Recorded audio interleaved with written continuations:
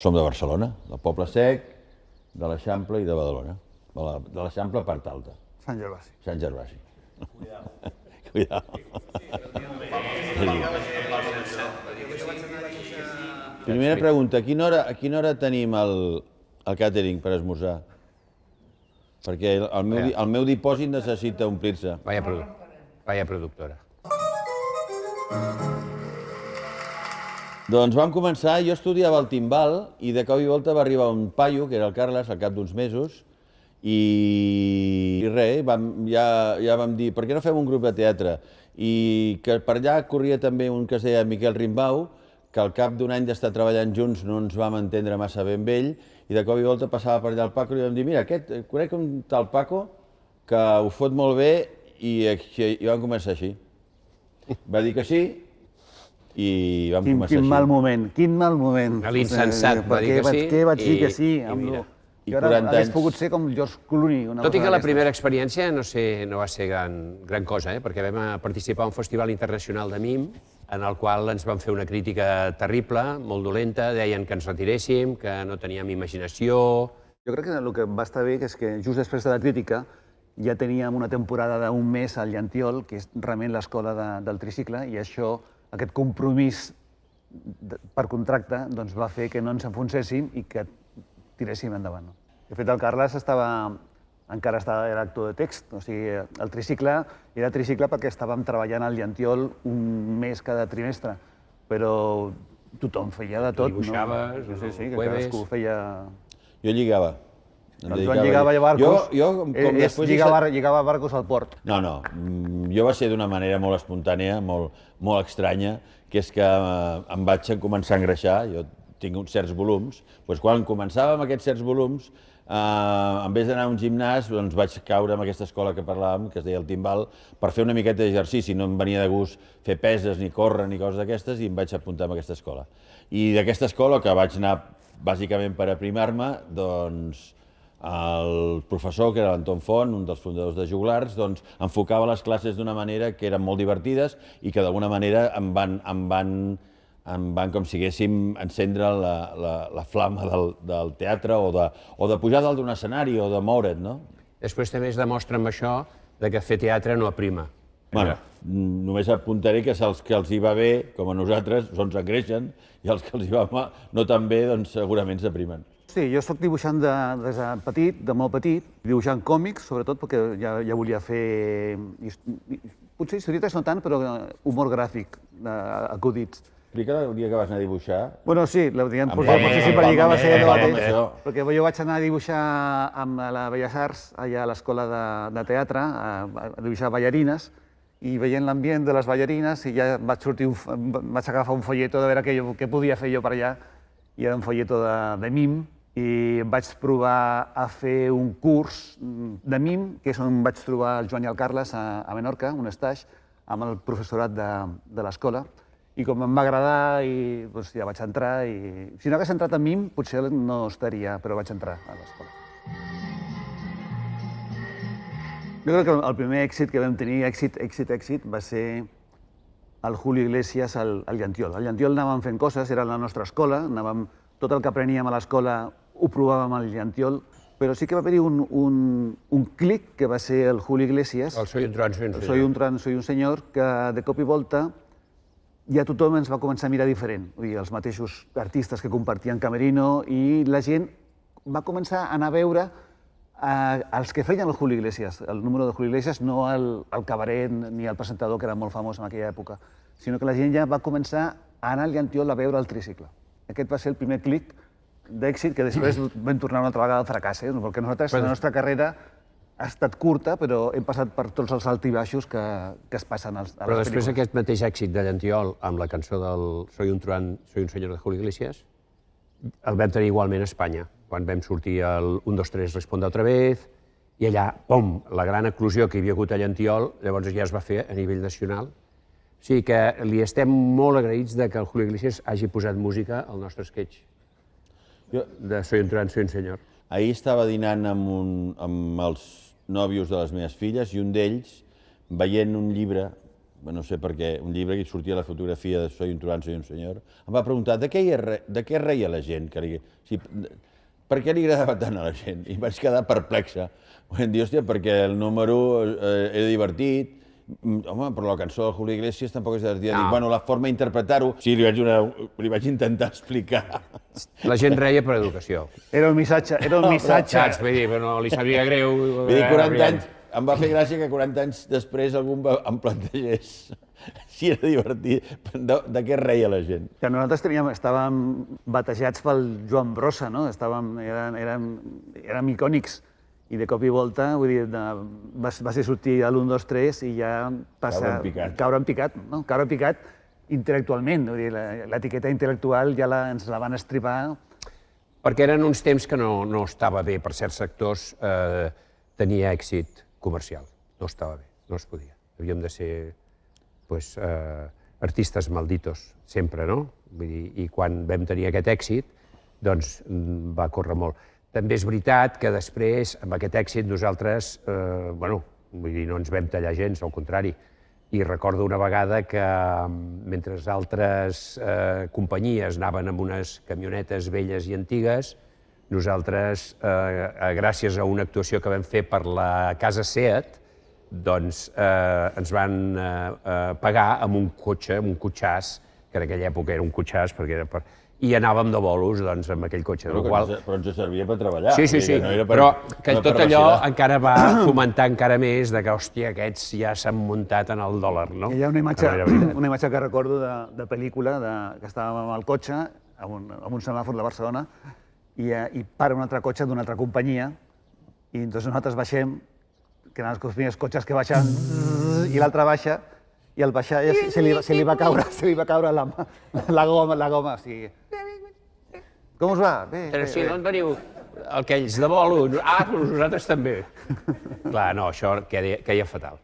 Molt mal. Bueno, ens deien els pijos del teatre. Això ara fa gràcia perquè han passat 35 anys, però ara el món del teatre ha canviat. El món del teatre ja és... Tothom vol tenir èxit, tothom vol tenir un cotxe amb finestres que pugin i baixen. I BMWs 1000, o sigui que ja no està mal vist.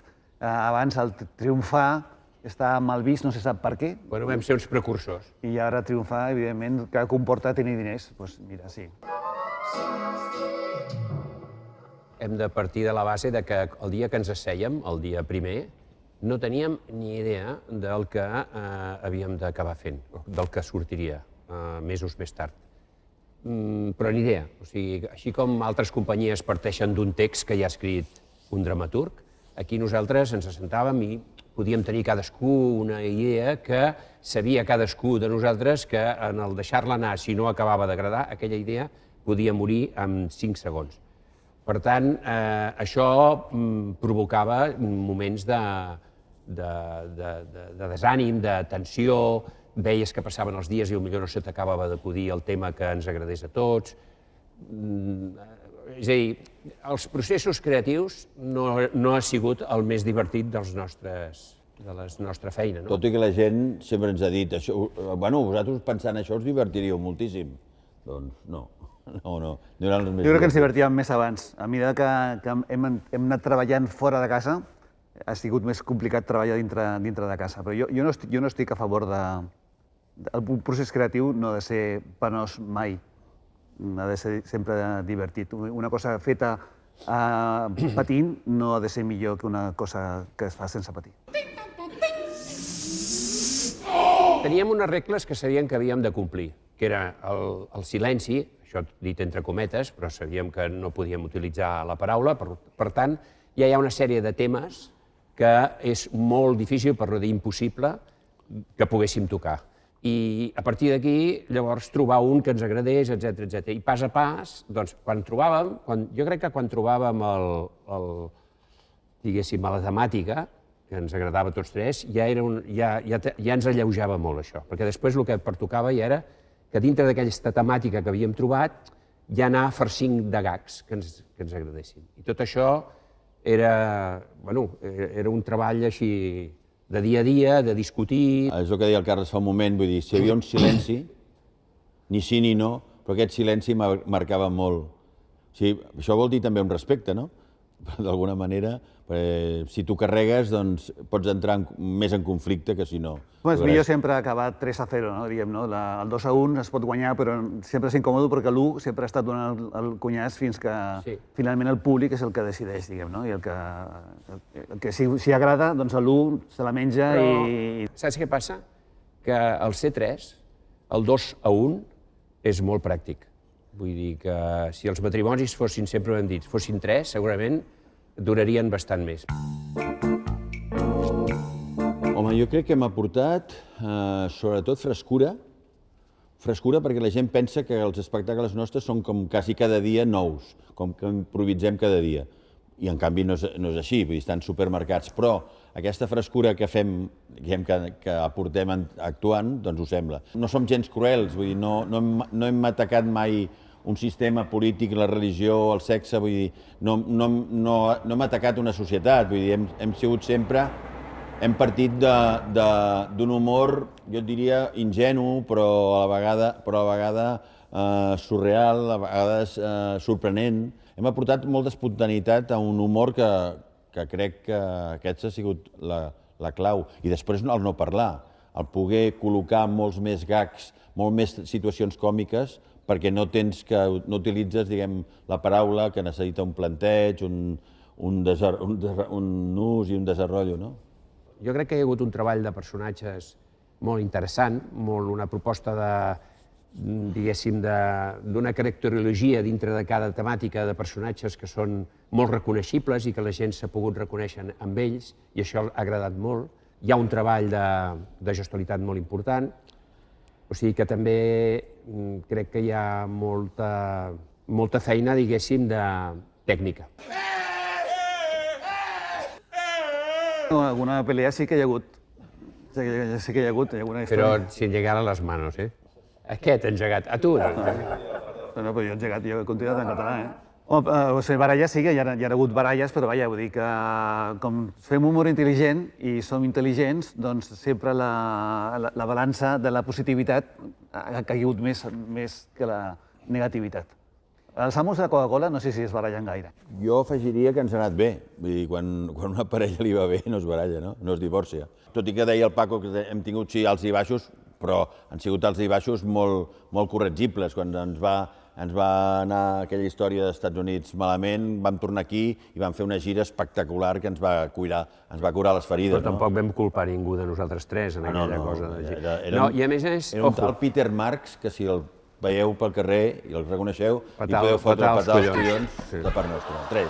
No, i després també s'ha de dir una cosa, que si no ens hem discutit massa, ha sigut perquè tots tres tenim molt bona mà esquerra. Vull dir, moltes vegades hem defugit, diguéssim, l'enfrontament sobre una cosa que hem considerat que potser no valia la pena, no? I un o l'altre, a vegades un, a vegades un altre, doncs ha anat saber l'art d'esquivar. Això ho escriurem un dia, l'art d'esquivar, que és important també a les relacions. D'esquivar de Balaguer.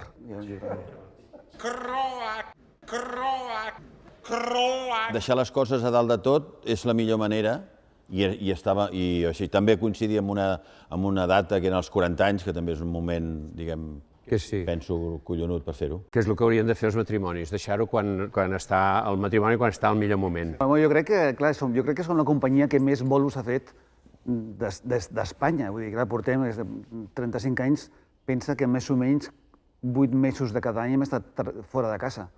Amb hotels, viatjant amunt i avall, repetint teatres.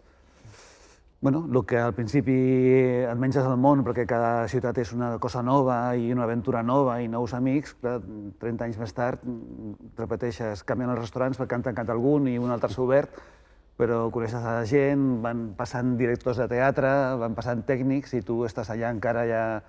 I és un cansanci de que fas bé una cosa però tens ganes de fer més coses, d'obrir-te a coses, no? I en aquest moment de 40 anys i acabar amb el més alt, doncs és el millor que pot passar. Bueno, és que el tricicle moltes vegades hi ha 3 que donen la cara, un que dona la cara i darrere hi ha un superequip que sense l'equip el que està davant no faria res, no? Nosaltres hem tingut un equip... Bueno, potser és una de les grans habilitats que hem tingut, no?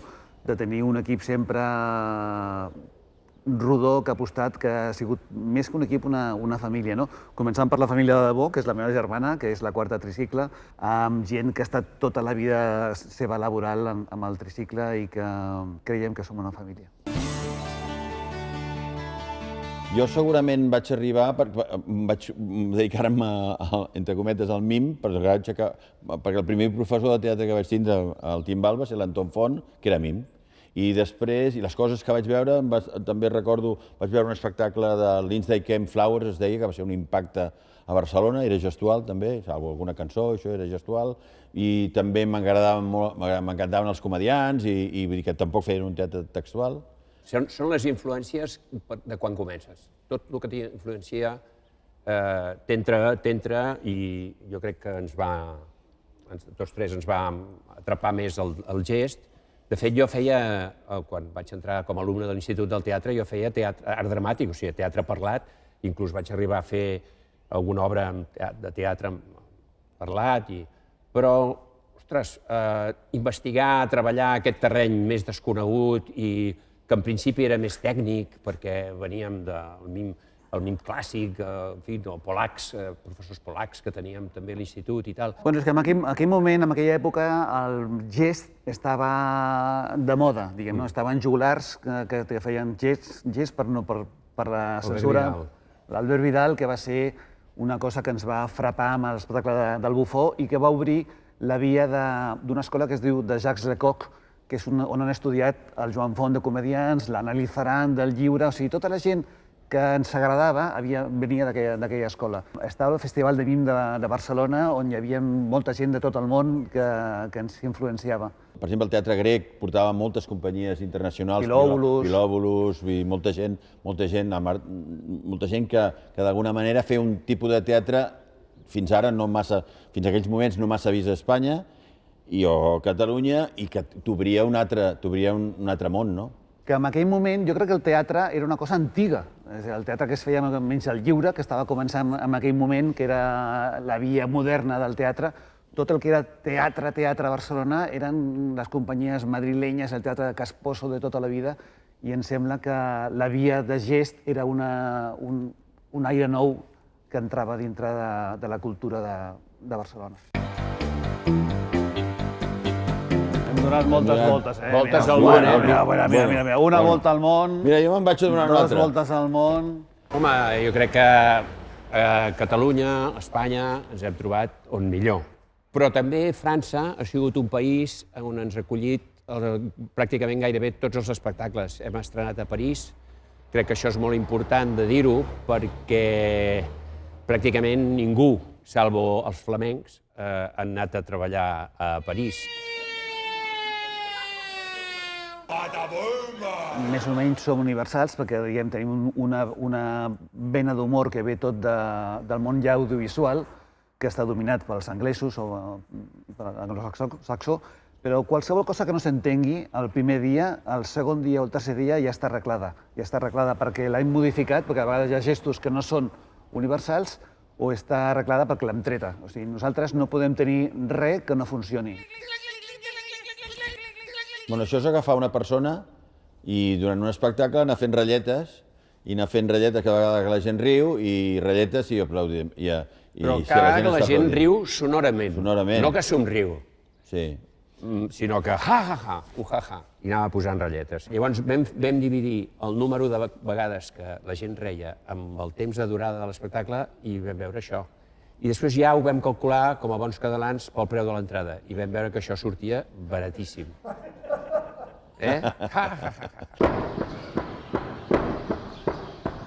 No es pot dir mai. Vull dir, el món pot donar moltes voltes. Sí. Però... Jo crec que no, perquè nosaltres tenim una... Potser, si tornéssim... Mira què et dic. Mira què et dic, hauríem de fer un nou espectacle a mida de les nostres edats, perquè una de les raons per acabar... Forever Young. Forever Young podríem fer-ho. Una de les raons per acabar als 40 anys... Un geriàtric ara no mola, eh? No. Una de les raons per acabar als 40 anys és que tenim un tipus de teatre molt físic i que s'ha de fer bé. S'ha de fer bé amb la força, amb la rapidesa, que demana. I dos, que una gent pugui comparar, mira, ostres, ja no salta tant, ja no fan tan ràpid. Això abans ho feia... Però sí que hi ha una cosa que sí que està per fer, i és que la pandèmia va precipitar la nostra retirada, on estàvem treballant al Teatre Coliseum. I penso que ha faltat un ximpum final, no? Un adéu, que podem arribar a considerar un dia com a funció única en un lloc emblemàtic, en un espai, etc, rodejat d'amics i de públic que ens estima, i que això podria ser que passés. A Bhutan, potser, que és el país de la felicitat. Portem 40 anys, podem explicar-ho, tenim tota aquesta exposició, però 40 anys que sense un públic que ens ha estat apoyant des del principi, des del Llantiol, encara hi ha gent que diu, jo us vaig veure al Llantiol, o sigui, hi ha històrics... Jo al Regina, us vaig veure al Regina. Perquè al final són gent que ens ha estimat i que ens ha seguit i que el que li devem, doncs, que nosaltres hàgim arribat fins on hem arribat. Gràcies. Gràcies a vosaltres, gràcies per ser aquí, per venir a aquest museu, per veure aquesta exposició i per estimar-nos tant. Moltes gràcies. No hi ha teatre sense públic. Gràcies. Ens n'anem. Adéu. Fins sempre.